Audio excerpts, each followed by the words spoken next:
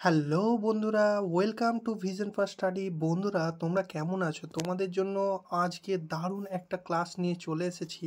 Already তোমাদের বাংলার পুরো সিলেবাস সহ একটা ডিটেলস ভিডিও নিয়ে আমি আপলোড করেছিলাম। তার জন্য তোমরা অনেকে ভালোবাসা দিয়েছো, তার জন্য অসংখ্য অসংখ্য ধন্যবাদ। আজকে তোমাদের জন্য নতুন যে ক্লাসটা নিয়ে এসেছি সেইটা হচ্ছে জিকের ক্লাস। আজকে আমরা দেখব 2018 এবং 2019 এই দুটো পেপারে আমরা পুরো ডিটেলস জিকে দেখব। তার সঙ্গে এদের আলোচনা সহ আমরা আপকামিং কি কি এর রিলেটেড এক্সাম হতে পারে, এক্সামের পরীক্ষায় কোন কোন কোশ্চেন গুরুত্বপূর্ণ সেইগুলো আমরা আলোচনা করব। তা তোমরা পুরো ক্লাসটা দেখো ভালোভাবে, পুরো ডিটেলস আমি তোমাদেরকে বলবো। চলো, তার আগে যারা আমার চ্যানেলে নতুন তারা সাবস্ক্রাইব করে দাও এবং বেল আইকনটা প্রেস করে রাখো, কারণ এই রকমই স্টাডি রিলেটেড ভিডিও এবং চাকরির গভর্নমেন্টের নোটিফিকেশন আমার চ্যানেল থেকে তোমরা পেয়ে যাবে। চলো তাহলে শুরু করি। আমি এটা বাঁকুড়া তোমাদের ডিস্ট্রিক্ট কোর্টের 2018 গ্রুপ ডির পেপারটা নিয়ে আমি আলোচনা করছি, কিন্তু তোমাদের এই সেম গ্রুপ ডির বলে এটা ভেবো না। আমি তোমাদের এর ডিটেলস এইখান থেকে কি কি গুরুত্বপূর্ণ সেইগুলো তোমাদের আপার ডিভিশন ক্লার্ক এবং লোয়ার ডিভিশন ক্লার্ক সমস্ত পরীক্ষাতেই গুরুত্বপূর্ণ। তাহলে চলো আমরা দেখে নেব ওরা কোন কোন টপিকগুলো বেশি ফোকাস করে। দেখো, এইটা প্রথম কোশ্চেনটা দেখে নাও। কি বলেছে? ভারতবর্ষের প্রথম পাতাল রেল চালু হয় কোথায়? অবশ্যই আমাদের কলকাতায় পাতাল রেল চালু হয়েছে। তাহলে এর সঙ্গে মাথায় রাখবে আমাদের প্রথম কলকাতাতেই সর্বপ্রথম তোমাদের ওয়াটার যে রেলওয়ে, আন্ডার ওয়াটার রেলওয়েটা চালু হয়েছে। কোথায়? সেটা হাওড়া থেকে কলকাতা যে আন্ডার ওয়াটার রেলওয়ে সেটাও কলকাতাতেই চালু হয়েছে। তাহলে এইটাও খুব গুরুত্বপূর্ণ। এরপরে চলো আমরা দেখে নেব গুরুত্বপূর্ণ আর একটা কি, সিপাহী বিদ্রোহ ঘটেছিল কখন? দেখো, এটা অপশন ডি হবে। 1857 ছিল এই 1857 সালে এই সিপাহী বিদ্রোহকে কি নামে জানি আমরা? মহাবিদ্রোহ, তাই তো? এবারে মহাবিদ্রোহের গুরুত্বপূর্ণ বিষয়গুলো কি মনে রাখবে? মহাবিদ্রোহের সব থেকে যেটা, তখনকার ভাইসরয় কে ছিলেন? লর্ড ক্যানিং। বড়লাট কে ছিলেন? লর্ড ক্যানিং। এটা মাথায় রাখবে, কারণ এইটা গুরুত্বপূর্ণ। আর এই সিপাহী বিদ্রোহের আসল কারণটা কি ছিল? সেই বন্দুকের কার্তুজের, বুঝতে পারছো? সেইগুলো তোমরা সিপাহী বিদ্রোহটা ভালো করে একটু ঝালিয়ে নেবে। তাহলে এরপরে চলো আমরা দেখে নেব কি বলেছে বর্তমান ভারতবর্ষের বর্তমান স্বরাষ্ট্রমন্ত্রীর নাম কি? এইটা প্রশ্নটা 2018। তাহলে তখনকার স্বরাষ্ট্রমন্ত্রী কে ছিলেন? রাজনাথ সিং ছিলেন। বুঝতে পারলে? অরুণ জেটলি না, রাজনাথ সিং ছিলেন তখন। এটা 2018। কিন্তু আমাদের এখনকার বর্তমান স্বরাষ্ট্রমন্ত্রী কে? আমাদের আমাদের অমিত শাহ হচ্ছে বর্তমান স্বরাষ্ট্রমন্ত্রী। তাহলে এই যে পোস্টিং, কোন স্বরাষ্ট্রমন্ত্রী? আমাদের অমিত শাহ। তারপরে অর্থমন্ত্রী কে? আমাদের নির্মলা সীতারামন। এই যে মন্ত্রিসভা কে কে রয়েছে সেইগুলো একটু তোমরা ফোকাস রাখবে। নেক্সট চলো তাহলে দেখে নিই। এই দেখো কি বলেছে, গৌতম বুদ্ধের প্রকৃত নাম কি? দেখো, এটা অপশন সি হবে এর রাইট অ্যান্সার, সিদ্ধার্থ। কারণ সিদ্ধার্থ হচ্ছে তার জন্মগত নাম, তারপরে তার নাম যে বুদ্ধটা বোধি অর্জন করার পরে তার নাম বুদ্ধ হয়। এইবারে সব থেকে গুরুত্বপূর্ণ, গৌতম বুদ্ধ কি কোন ধর্মের প্রবক্তা? বুদ্ধ ধর্মের প্রবক্তা। তাহলে এইটা মাথায় রাখবে। আর এর এর জন্ম সালটা মনে রাখবে 563 খ্রিস্টপূর্বাব্দ, কারণ এইটা অনেক সময় পরীক্ষায় প্রচুর আসে। বুঝতে পারলে? তাহলে এরপরে চলো আমরা দেখে নেব কি, পৃথিবীর বৃহত্তম বদ্বীপ। আচ্ছা, আর একটা জিনিস, এর সঙ্গে যেমন বৌদ্ধ ধর্ম দিয়েছে তার সঙ্গে জৈন ধর্মের প্রবক্তা কে? মহাবীর। তাহলে জৈন ধর্মটা আর এই বুদ্ধ ধর্ম, এই দুটো একটু ভালোভাবে তোমরা ঝালিয়ে নেবে। বুঝতে পারলে? এরপরে চলো কি বলেছে, পৃথিবীর বৃহত্তম দ্বীপ কোনটা? পৃথিবীর বৃহত্তম দ্বীপ কোনটা? গ্রিনল্যান্ড। দেখো, নামটা গ্রিনল্যান্ড মনে হচ্ছে না? যেমন যে এই আসলে এটা গ্রিনল্যান্ডটাই হচ্ছে তোমাদের বৃহত্তম দ্বীপ। তাহলে অপশন সি হবে। এইবার এর সঙ্গে তাহলে পৃথিবীর বৃহত্তম যে জিনিসগুলো সেই লিস্ট অনুযায়ী, যে বৃহত্তম মালভূমি কোনটা, বৃহত্তম তোমার পাহাড় কোনটা, এই যে বৃহত্তম নদী কোনটা, এইগুলো একটু ঝালিয়ে নেবে, বুঝতে পারলে? এইবারে চলো নেক্সট দেখে নিই, এদের মধ্যে কোনটি তাপমাত্রার একক নয়। এইখানে দেখো নয় বলেছে, তাহলে কি? কেলভিন তো তাপমাত্রার একক আমরা জানি, সেলসিয়াস জানি, ফারেনহাইট, তাহলে কি হবে? এই যে এইটা হবে অপশন বিটা, দেখো এইটা। ক্যান্ডেলা এটা কিসের? ক্যান্ডেলা তোমরা মনে রাখবে এইটা হচ্ছে তোমার এই তাপ, আলোর যে তীব্রতার একক, বুঝতে পারলে? তাই ক্যান্ডেলা তাপমাত্রার একক হবে না, অপশন বি হবে রাইট। তাহলে এই যে প্রত্যেকটা ফিজিক্স থেকে যে ইউনিটগুলো, প্রত্যেকটা বলের একক, বাকি যে আলাদা ফোর্স, আলাদা যে যে যে এককগুলো, সেইগুলো তোমরা একটু ঝালিয়ে নেবে, বুঝতে পারলে? এরপরে চলো আমরা দেখে নেব কম্পিউটারের হৃদয় বা হার্ট অফ কম্পিউটার কোনটা। এটা কোনটা? মনিটর হবে না, সিপিইউ হবে, তাহলে কিবোর্ডও হবে না, মাউসও হবে না, অপশন বি হচ্ছে রাইট। এইবারে তাহলে কম্পিউটার থেকে কিছু প্রশ্ন, যেহেতু তোমাদের ক্লার্ক এবং ইউডিসি এইরকম টাইপের, তা কম্পিউটারও কিছু কোশ্চেন তোমাদের থাকে, তাহলে তোমরা কম্পিউটারের বেসিক যে এই যে দেখো মনিটর এটা কি? আউটপুট, তাহলে মাউসটা হচ্ছে ইনপুট, কিবোর্ডটা ইনপুট, এইগুলো দেখে নেবে, বুঝতে পারলে? সার্চ ইঞ্জিন কোনটা, তারপরে ফার্স্ট কম্পিউটার কোনটা, কম্পিউটার কে আবিষ্কার করেছেন, এই সব বিষয়গুলো হালকা একটু ঝালিয়ে নেবে। তাহলে চলো নেক্সট আমরা দেখে নিই কোন ভারতীয় মহিলা খেলোয়াড় প্রথম অলিম্পিক পদক জেতে। তাহলে এটা কে? এটা হচ্ছে তোমাদের অপশন বি হবে কর্ণ মাইলেশ্বরী, বুঝতে পারলে? এই তিনি প্রথম ভারতীয় মহিলা খেলোয়াড়, প্রথম যিনি অলিম্পিক পদক জেতেন, বুঝতে পারলে? এটা খুবই গুরুত্বপূর্ণ ছিল তখনকার। এইগুলো মনে রাখবে, প্রথম গোল্ড মেডেল কে জিতেছেন, এবারে সব থেকে এবারে মান্য ভাকার যে মেডেল পেয়েছে সেইগুলো, এটা খুবই গুরুত্বপূর্ণ। তার সঙ্গে নীরজ চোপড়া, এইগুলো পুরো ঝালিয়ে নেবে, কারণ এইগুলো থেকে প্রতি বছর প্রশ্ন আসে। তাহলে নেক্সট আমরা চলো দেখে নিই প্রথম ভারতীয় সিনেমা চলচ্চিত্র কোনটা। এইটা হবে রাজা হরিশ্চন্দ্র। রাজা হরিশ্চন্দ্র এই সেই সিনেমা, প্রথম ভারতীয় সিনেমা। এটা অনেক বড় সিনেমাটা, এবং এইটা মনে রাখবে তোমাদের, এই রাজা হরিশ্চন্দ্র 1913-তে তোমার এই সিনেমাটা তৈরি হয়েছিল, বুঝতে পারলে? আর এই যে ডিরেক্টর ছিলেন দাদা সাহেব ফালকে। এই দাদা সাহেব ফালকে, তাকে রেসপেক্ট দেওয়ার জন্যই সেই দাদা সাহেব ফালকে অ্যাওয়ার্ড যে রয়েছে না, সেইটা চালু হয়েছে, বুঝতে পারলে? এইগুলো মাথায় রাখবে, কারণ এবারে মিঠুন চক্রবর্তী যে দাদা সাহেব ফালকে অ্যাওয়ার্ড পেয়েছেন সেইটা, এইগুলো খুব গুরুত্বপূর্ণ, তোমরা মনে রাখবে। নেক্সট চলো দেখে নিই ভারতবর্ষের প্রথম কৃত্রিম উপগ্রহ কোনটি। তাহলে দেখছো এইখান থেকে একটা জিনিস, প্রথম প্রথম যেগুলো সেইগুলো খুবই মানে আপকামিং খুব প্রশ্নগুলো আসছে। তাহলে এটা হবে কি? অপশন বি আর্যভট্ট হচ্ছে ভারতের প্রথম কৃত্রিম উপগ্রহ, বুঝতে পারলে? এটা 1975-এ তোমার এই উপগ্রহটা ছাড়া হয়েছিল, তাহলে ফার্স্ট উপগ্রহ আর্যভট্ট, অপশন বি।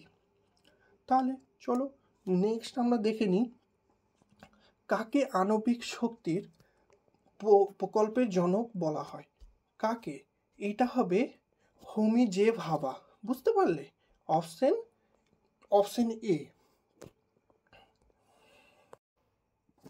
এনার পুরো নাম কি ছিল বলো তো? এনার পুরো নাম ছিল হোমি জাহাঙ্গীর ভাবা, বুঝতে পারলে?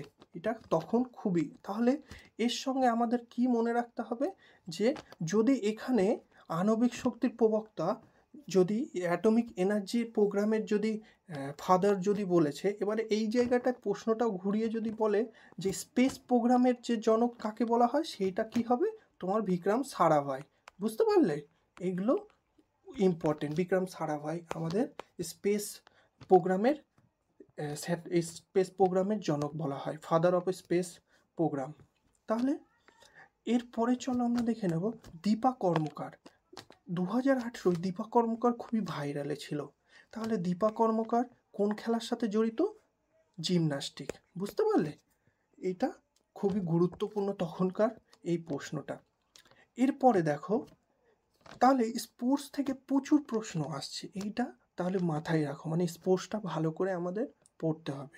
এরপরে দেখো গোল্ডেন গার্ল বইটি কার আত্মজীবনী? এটা ছিল পিটি ঊষা। পিটি ঊষা ছিল যে, মনে আছে পিটি ঊষা আমাদের এখন যে হেড রয়েছেন, তাহলে পিটি ঊষা তার আত্মজীবনীর জন্য এই গোল্ডেন গার্ল এই বইটি লেখা হয়েছিল। তাহলে বুঝতে হলে আবার একটা খেলা থেকে তোমাদের প্রশ্ন। নেক্সট হচ্ছে তিস্তা জলবন্টনের এই বিষয়টা ভারতের সাথে যে প্রতিবেশী দেশের সঙ্গে সম্পর্কিত, তার নাম কি? আচ্ছা, এই তিস্তার যে এটা ডিসপিউট হয়েছে, এটা একটা লড়াই, তিস্তার জল নিয়ে একটা যে কার জল কতটা কে ভাগাভাগি, এইটা হবে আমাদের বাংলাদেশের সঙ্গে এই একটা ডিসপিউট ছিল, আর সেই ডিসপিউট কোর্টে সেটেলমেন্টের জন্য এইটা বলা হয়েছে। তার মানে তিস্তা জলবন্টন কাদের সাথে হয়েছিল? সেটা হচ্ছে বাংলাদেশ, অপশন ডি। বুঝতে পারলে? তাহলে এরপরে চলো ভারতের বর্তমান রাষ্ট্রপতির নাম। দেখো এইটা 2018, তাই তখনকার রাষ্ট্রপতির নাম কে ছিল? তখনকার দেখো এটা রাজনাথ কোবিন্দ ছিলেন 2018-তে, কিন্তু এখন আমাদের বর্তমান রাষ্ট্রপতি কে? এটা মনে রাখবে, তোমাদের বললাম না যে ক্যাবিনেট থেকে প্রচুর প্রশ্ন, তাহলে আমাদের এখন বর্তমান মিসেস দ্রৌপদী মুর্মু, তিনি বর্তমান রাষ্ট্রপতি আমাদের, এগুলো মাথায় রাখবে। বুঝতে পারলে? এরপরে চলো কি, পিৎজা, আমরা যে পিৎজা খাই না, সেই পিৎজাটা কোন দেশের ঐতিহ্য খাবার? এটা ইটালিতে পিৎজা তৈরির মানে প্রথম এদের ঐতিহ্য খুব ফেমাস, তার জন্য অপশন সি হবে এর উত্তর। এরপরে চলো কি বলেছে, ভারতের প্রথম পঞ্চায়েতি রাজ। এই পঞ্চায়েতি রাজ থেকে তোমাদের প্রচুর প্রশ্ন আসে। পঞ্চায়েতি রাজ প্রথম হয়েছিল, এটা মনে রাখবে, রাজস্থান প্রথম পঞ্চায়েতি রাজ শুরু হয়েছিল, আর এটা আর্টিকেল 40, আর্টিকেল, তোমার এটা মাথায় রাখবে, আর্টিকেল নাম পঞ্চায়েতি রাজটা রয়েছে কিসে? আর্টিকেল 40-তে রয়েছে। এটা এবারে আসতে পারে, তার জন্য 40 নম্বর আর্টিকেলে পঞ্চায়েতি রাজ ব্যবস্থা উল্লেখ রয়েছে। এরপরে চলো নেক্সট আমরা দেখে নেব আন্তর্জাতিক ক্রিকেট খেলার কে সবচেয়ে বেশি ম্যান অফ দ্য ম্যাচ সম্মান পেয়েছিল? এইটা সচিন টেন্ডুলকার হবে। বুঝতে পারলে? সব থেকে ম্যান অফ দ্য ম্যাচ আন্তর্জাতিক খেলাতে একমাত্র সচিন টেন্ডুলকারই সব থেকে বেশি রয়েছে। এরপরে চলো গান্ধী বুড়ি, এটা তো গান্ধী বুড়ি, এটা কি হবে? মাতঙ্গিনী হাজরা, এটা ছোট থেকে আমাদের পড়ে আসা। গান্ধী বুড়ি কাকে বলা হয়? মাতঙ্গিনী হাজরাকে, অপশন ডি হবে। চলো এরপরে দেখে নাও তাহলে কম্পিউটারের জনক, তোমাদের এই তো একটু আগেই বললাম না, দেখো কম্পিউটারের জনক দিয়ে দিয়েছে কি? অপশন এ চার্লস ব্যাবরেজ, তিনি তো কম্পিউটার আবিষ্কার করেছিলেন। এইবারে মনে রাখবে ওপেন এআই যে ওপেন কে সিও রয়েছে। বুঝতে পারলে? এইবারে দেখো কি বলেছে, আন্তর্জাতিক ক্রিকেটে ভারত কবে শেষবারের মতো বিশ্ব চ্যাম্পিয়ন হয়েছিল? এটা কবে লাস্ট হয়েছিল? 2011-তে, কারণ দুবার মাত্র ভারত তো বিশ্ব চ্যাম্পিয়ন হয়েছে, 1983-তে আর এই 2011, দুইবার। মনে রাখবে গতবারে কি, যে 2024-এ যেটা পেলো সেটা কি? T20 world cup. বুঝতে পারলে? তাহলে এই মনে রাখবে, এইখান থেকেও প্রশ্ন আসতে পারে। এরপরে চলো দেখে নিই ইন্ডিয়ান সুপার লিগ, আমাদের ইন্ডিয়ান প্রিমিয়ার লিগ না, দেখো সুপার লিগ বলেছে, তাহলে কোন খেলার সাথে যুক্ত? এটা মনে রাখবে, ইন্ডিয়ান প্রিমিয়ার লিগ এটা ফুটবলের সাথে যুক্ত, ঠিক যেমন ইন্ডিয়ান প্রিমিয়ার লিগ ক্রিকেটের সাথে যুক্ত। আচ্ছা, আর একটা এইবারে খুব গুরুত্বপূর্ণ, WPL, এটা কিসের সাথে যুক্ত? এটা ফিমেল খেলা ক্রিকেটের সাথে যুক্ত। বুঝতে পারলে? Women premier league.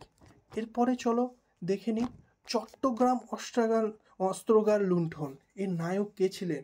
সেই ছোট্টবেলা থেকে আমরা পড়ে এসেছি না, মাস্টারদা সূর্য সেন। এখানে দেখো শুধু সূর্য সেন দেওয়া আছে, তাহলে মাস্টারদা সূর্য সেন, অপশন এ হবে। তাহলে এরপরে চলো দেখে নিই বিখ্যাত দলমাদল কামানটি বর্তমানে রাখা আছে কোথায়? এই দেখো, এইটা কিন্তু বাঁকুড়ার ডিস্ট্রিক্ট কোড বলে বাঁকুড়ার ঐতিহ্য থেকে একটা কোশ্চেন করে দিয়েছি। এটা দেখো হবে বিষ্ণুপুরে।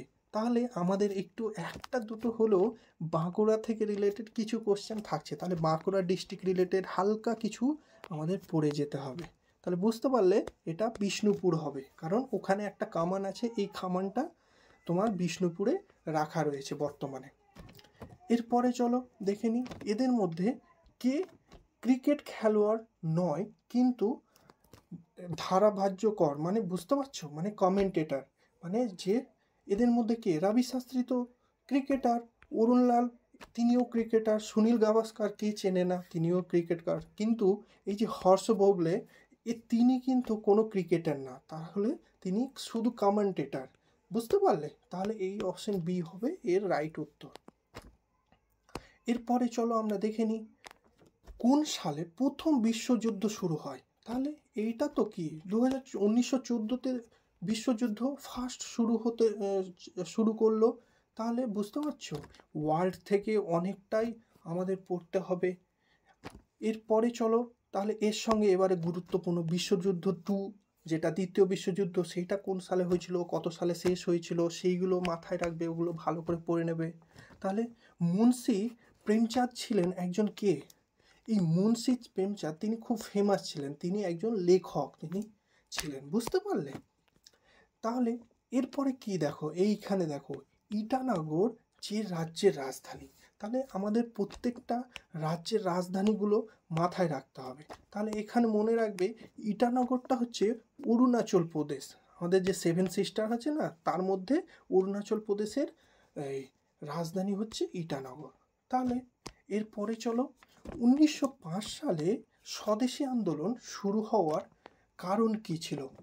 দেখো স্বদেশী আন্দোলন 1905 কি, কেন নিজের দেশের ইংরেজদের বয়কট করেছিল, কেন? বঙ্গভঙ্গ, তখনই তো বঙ্গকে ভাগ করে দিয়েছিল। এর আচ্ছা, এই বঙ্গভঙ্গের সময় কে করেছিল? Lord Curzon. বুঝতে পারলে? লর্ড কার্জন তাহলে বঙ্গভঙ্গ চালু করেছিল, তার জন্য তখন স্বদেশী আন্দোলন চালু হয়েছিল। আচ্ছা, এইখানে আর একটা জালিয়ানওয়ালা হত্যাকাণ্ড, এটা কোথায় হয়েছিল? পাঞ্জাবের অমৃতসরে, এইটা মনে রাখবে, খুব গুরুত্বপূর্ণ। আর একটা এই রাওলাট আইন, এইটা কালো আইন বলেছিল গান্ধীজি, এইটা মাথায় রাখবে। বুঝতে পারলে এইটা? তাহলে আর এইটা লর্ড কার্জন বঙ্গভঙ্গ চালু করেছিল। বুঝতে পারলে? আর হার্ডিঞ্জ 2 তিনি বঙ্গভঙ্গ রদ করেছিল, সেটা কত? 1911-তে, এটা মাথায় রাখবে। এরপরে চলো নেক্সট দেখি সেনা দিবস পালিত হয় কখন। এটা অপশন বি হবে 15ই জানুয়ারি, আর্মি ডে হিসাবে আমরা সেলিব্রেট করি। তাহলে এই ডে রিলেটেড প্রশ্নগুলো তাহলে মনে রাখবে, ওয়ার্ল্ডের কী কী দিন এবং ন্যাশনাল কী কী দিন, সেই ডেগুলো একটু ঝালাই করে নেবে। এরপরে দেখো সেই প্রশ্ন বললাম না তোমাদের বাংলা থেকে কিছু কোশ্চেন তোমাদের জিকের মধ্যে চলে আসে। দেখো ফেমাস যে গুপি গাইন বাঘা বাইন, এই গ্রন্থ রচনা করেছিল কে? এটা কে? আমাদের এক ফেমাস, যে প্রতিটা পরীক্ষাতে একটা না একটা এর তরফে কোশ্চেন থাকবে, সেই সত্যজিৎ রায়। অপশন এ সত্যজিৎ রায়টা একটু ভালো করে ঝালিয়ে নেবে। এরপরে চলো 72-এ কি বলেছে দেখো, নোবেল পুরস্কার প্রবর্তন করার দেশটার নাম কি? এটা মনে রাখবে অ্যালফ্রেড নোবেল, তিনি তো নোবেল, তার জন্যই তো নোবেল পুরস্কার দেওয়া হয়। বুঝতে পারলে? অ্যালফ্রেড নোবেলের নাম অনুসারে।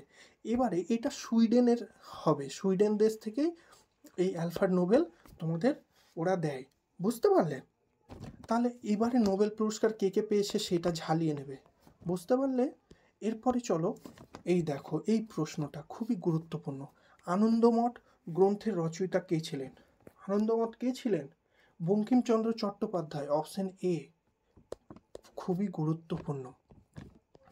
এরপরে চলো এই দেখো রাজঘাট কোন মহাজীবনীর সমাধিক্ষেত্র? এটা রাজঘাটটা কোথায়? আমাদের এম.কে. গান্ধী, মহাত্মা গান্ধী, তার সমাধিতেই তো এই রাজঘাটেই রাখা হয়েছিল তার সমাধি করে। তাহলে অপশন সি হবে এর রাইট অ্যান্সার। তাহলে এরপরে দেখো দেখো বাঁকুড়া থেকে আর একটা প্রশ্ন দিয়ে দিয়েছে। তাহলে দুটো প্রশ্ন বাঁকুড়া থেকে পেয়ে গেলাম আমরা। বাঁকুড়া জেলার মহকুমার সংখ্যা কটা? 5টা, 4টা, 7টা? এটা উত্তর দেখো হবে বাঁকুড়ায় টোটাল 3খানা মহকুমা রয়েছে। বুঝতে পারলে? Sub division. তাহলে এটার উত্তর উপরের কোনোটি নয় হবে। তাহলে আমাদের বললাম না বাঁকুড়া থেকে ডিস্ট্রিক্ট কী কী, হালকা একটু ফেমাস স্পট, তার সঙ্গে একটু হিস্ট্রিটা হালকা ওর দেখে নেবে, বুঝতে পারলে? নেক্সট চলো দেখে নিই। 2017 সালে অনূর্ধ্ব ফিফা বিশ্বকাপ অনুষ্ঠিত হয় কোথায়? এটা তখনকার খুবই গুরুত্বপূর্ণ। 2017তে কিন্তু ভারতেই ফিফা অনুষ্ঠিত হয়েছিল, বুঝতে পারলে? তাহলে এইবারে লাস্ট কোথায় আমাদের ফিফা হলো? কাতারে। কাতারে তো, তাহলে ওইটা ফিফা ওয়ার্ল্ড কাপ সম্বন্ধে একটু মাথায় রাখবে, কোন দেশ জয়লাভ করলো, কে হোস্ট করেছিল, এই সবগুলো আপকামিং কোন দেশ হোস্ট করবে, এই সবগুলো। এরপরে দেখো সবচেয়ে ক্ষুদ্রতম গ্রহ কোনটা? সবচেয়ে ক্ষুদ্রতম গ্রহ কোনটা? এটা মনে রাখবে, সবচেয়ে ক্ষুদ্রতম গ্রহ কোনটা? মার্কিউরি। তাহলে মার্কিউরি তো সব থেকে ক্ষুদ্রতম, যেটা আমরা বুধ হিসাবে পরিচিত, বাংলায় আমরা যদি বলি বুধ।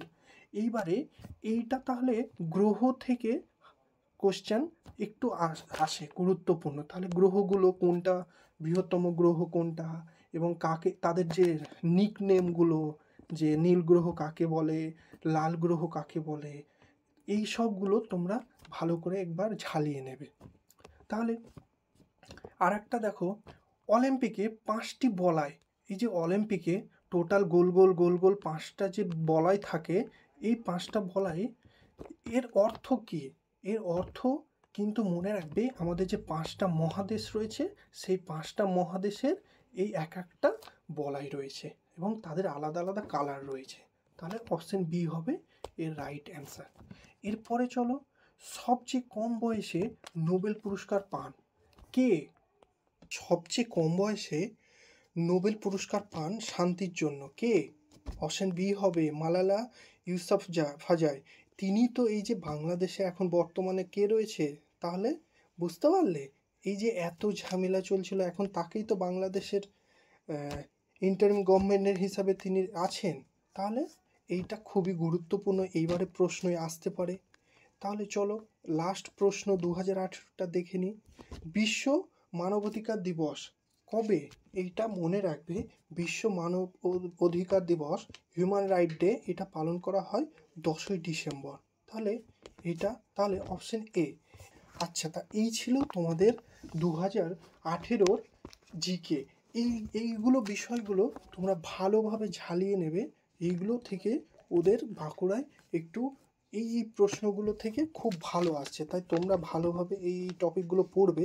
আর তোমরা কমেন্ট করে জানাও, আমি এর যদি সিলেবাস তোমরা পেতে চাও তাহলে আমায় কমেন্ট করে জানাও, আমি ডিটেলস একটা সাজেশন সিলেবাস তোমাদের ভিডিও করে দিয়ে দেবো।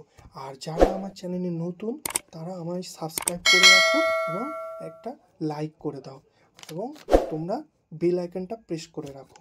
আর তার সঙ্গে তোমরা এর পিডিএফটা তোমরা টেলিগ্রাম চ্যানেলে পেয়ে যাবে।